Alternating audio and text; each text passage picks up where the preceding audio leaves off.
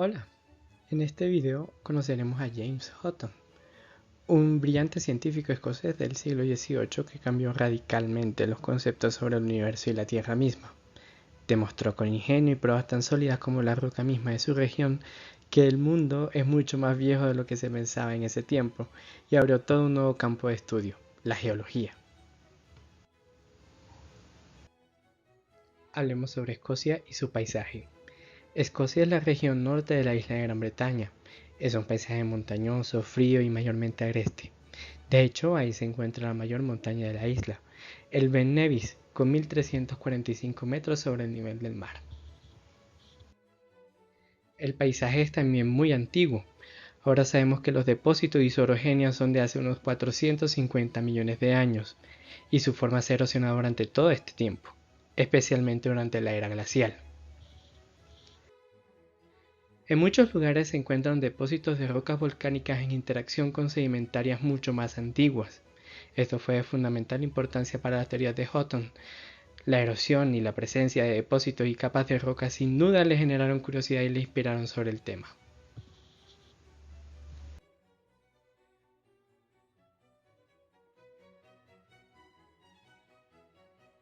Socialmente, al inicio del siglo XVIII, Escocia era una sociedad muy rural, cerrada y con un gobierno duramente opuesto a los establecidos en Londres, con leyes y tradiciones propias, que venía desde el siglo pasado en una serie de guerras civiles, hambrunas y conflictos con los tradicionales clanes gobernantes. Esto hacía que fuera la zona más rural, menos educada y más pobre de toda Gran Bretaña. En este ambiente, en 1707, el Parlamento en Londres aprueba las leyes de unión. Con ello se disuelven los parlamentos regionales y las regiones entonces envían a sus políticos a Londres a una cámara unificada. Con esto Escocia pierde su independencia política, aunque conserva sus propias leyes, pero a cambio llega la apertura a la economía imperial, la industrialización repentina, el desarrollo de los banqueros regionales y una prosperidad sin precedentes a la zona. Edimburgo, con sus calles estrechas y medievales, se convierte entonces en el hogar de una nueva clase media de comerciantes, abogados y personas educadas en las universidades de la Europa continental, Londres e incluso también en las universidades escocesas.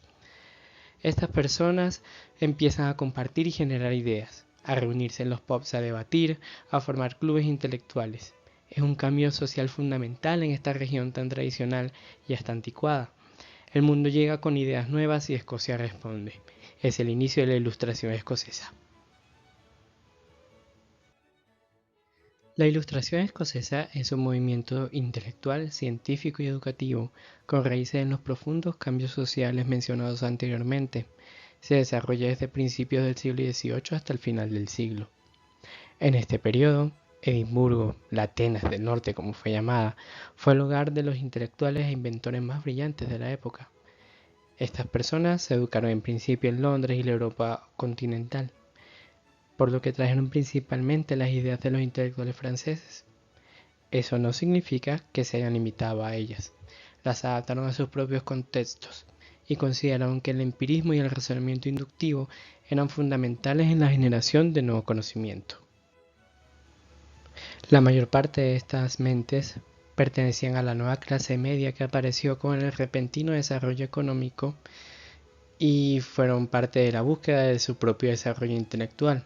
En este periodo se alcanzaron tasas de alfabetización récord para la época, de cerca del 25% de la población. Como ejemplo, aquí aparecen las imágenes de 4 de los grandes pensadores de la época, pero es solo una muestra, hay muchos más. Adam Smith, economista y filósofo, se le considera el padre de la economía moderna, escritor de La riqueza de las naciones. Joseph Black, médico, físico y químico, descubridor del dióxido de carbono, estudió la relación entre temperatura y calor, lo que hoy conocemos como termodinámica. Robert Burns, poeta, pionero del movimiento romántico, inspiración para los movimientos liberales y socialistas del siglo XIX. Y David Hume, uno de los principales filósofos del mundo occidental, desarrollador filosófico del método científico y empirista. Ahora sí, hablemos de James Hutton. Nació el 3 de junio de 1726 en Edimburgo. hijo de William Houghton, un próspero comerciante de esa nueva clase media escocesa, y además tesorero de la ciudad. Su padre murió cuando tenía 3 años, y su madre Sarah Balfour lo crió junto a sus 3 hermanas en solitario, ya que no se casó de nuevo una vez se enviudó. James ingresó a la Universidad de Edimburgo a los 14 años. Allí estudió latín y humanidades. A los 17 lo nombran como aprendiz de abogado, aunque no le vieron mucho potencial. Entonces decide estudiar química y medicina, y en ese tránsito de carreras algo sucede y que sacude su vida personal. Tiene un hijo ilegítimo por el que se responsabiliza económicamente, aunque no participa activamente en su crianza. Se cree que por esto se aleja de Edimburgo.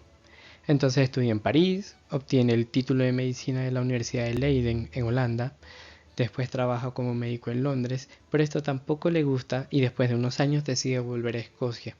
Ahí se pone en contacto con su amigo James Davy, un químico con el que desarrolla un método rentable para producir cloruro de amonio, muy preciado por sus usos farmacéuticos y agropecuarios.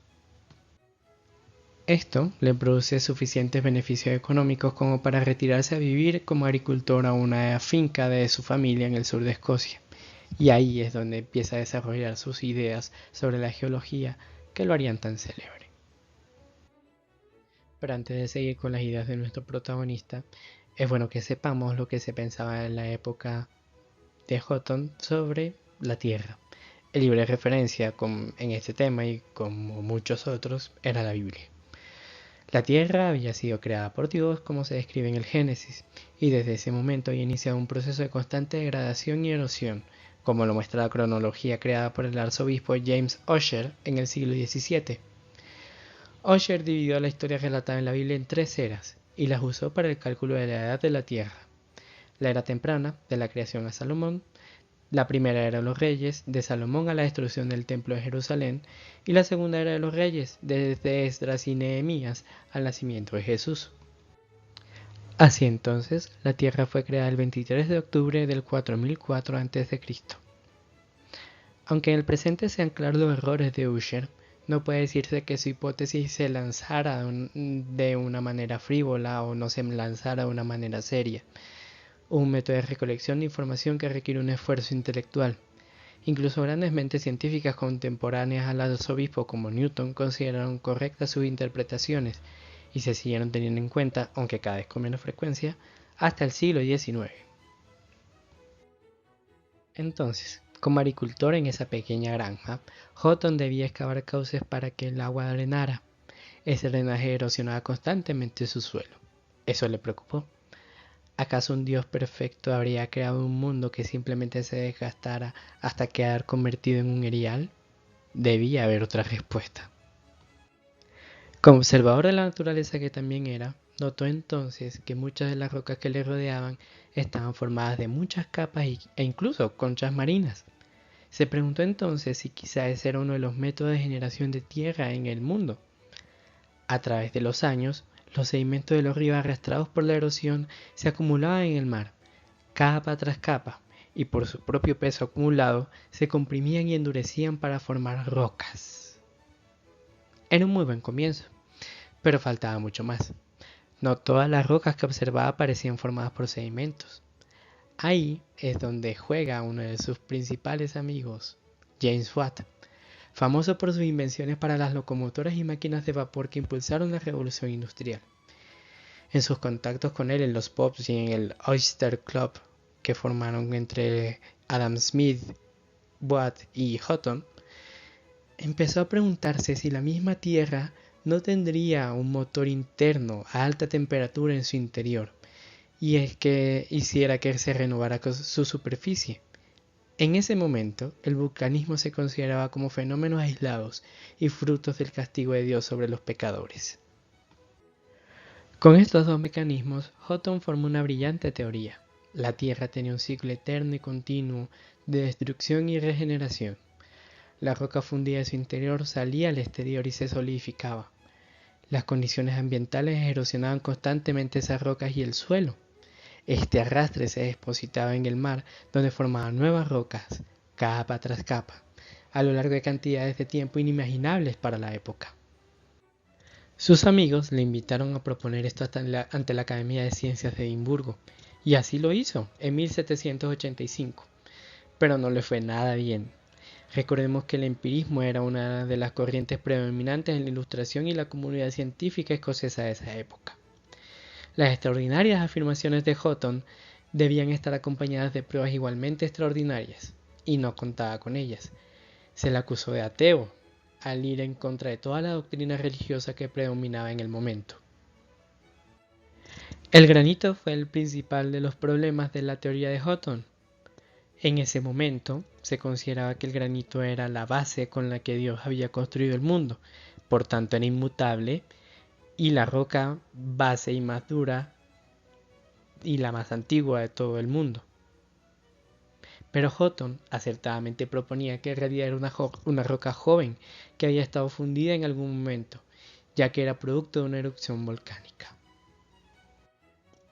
Entonces, ante el chasco de la Academia de Ciencias, a sus 60 años se embarca en la búsqueda de pruebas sobre lo que decía, y precisamente encontró lo que necesitaba a orillas de uno de los ríos más grandes de Escocia. Granito en formaciones en las que parecía que había fluido sobre y en el interior de rocas sedimentarias más antiguas. Este granito había estado fundido, no era la roca inmutable que se pensaba que era y que existía desde la creación del mundo. Con esto ya había probado gran parte de su teoría, pero aún insatisfecho, se dirigió entonces a la costa, donde observó las capas de sedimento que formaban las rocas de los acantilados. Es ahí donde confirma sus ideas sobre la edad de la Tierra y el concepto del tiempo profundo. En esos acantilados confirmó que los procesos que generaron esas capas estratificadas de roca no pudieron darse a lo largo de los 6.000 años que se creía que tenía el mundo en ese momento. Debieron darse muy gradualmente durante mucho tiempo, como confirma en su frase. No hay vestigio de un principio ni perspectiva de un fin. A partir de estas ideas, desarrolla el concepto del uniformismo, los procesos que influyen en la experimentación y las condiciones del aquí y del ahora, las leyes físicas, se aplican al pasado, al futuro y a todo el universo. Los procesos que forman el ciclo de las rocas en nuestro planeta se han desarrollado prácticamente desde su creación y continúan de manera prácticamente indefinida mientras los causantes de los procesos sigan activos, un ciclo infinito. También la influencia en el pensamiento de la época es tremenda, ya que activa, por así decirlo, la curiosidad por el estudio del pasado de la Tierra y de la vida misma, la geología y la paleontología. Curiosamente, Houghton también tuvo una hipótesis sobre lo que ahora se considera la base del concepto de la evolución, la selección natural. Sin duda, sus años de observación de la naturaleza como granjero le dieron una visión mucho más clara de la que tenían la mayoría de sus contemporáneos sobre estos temas. Él afirmó: si un cuerpo organizado no se encuentra en las situaciones y circunstancias que mejor se adaptan a su sustento y propagación, entonces, al concebir una variedad indefinida entre los individuos de esa especie, debemos estar seguros de que, por un lado, los que se apartan de la constitución mejor adaptada serán los más propensos a perecer, mientras que, por otro lado, aquellos cuerpos organizados que más se acerquen a la mejor constitución para las circunstancias actuales estarán mejor adaptados para continuar, preservarse y multiplicar los individuos de su raza. Increíblemente acertado. Tristemente, él no pudo presenciar la verdadera revolución que significaron sus conocimientos. Él no era un buen orador. Sus libros eran enrevesados y estaban llenos de referencias religiosas que no resultaban cautivantes para el público. Solo hasta después de su muerte, sus amigos reeditaron los textos y lo hicieron más accesibles. Fue entonces cuando se pudo hacer el reconocimiento a la magnitud de sus teorías, al punto de comparársele con lo que significó la selección natural para la biología o la teoría de la relatividad para la física. Esa fue la vida y aportes de James Houghton, la persona que cambió la visión del planeta para siempre. Muchas gracias por escucharme y consulten la bibliografía, la voy a dejar en la descripción.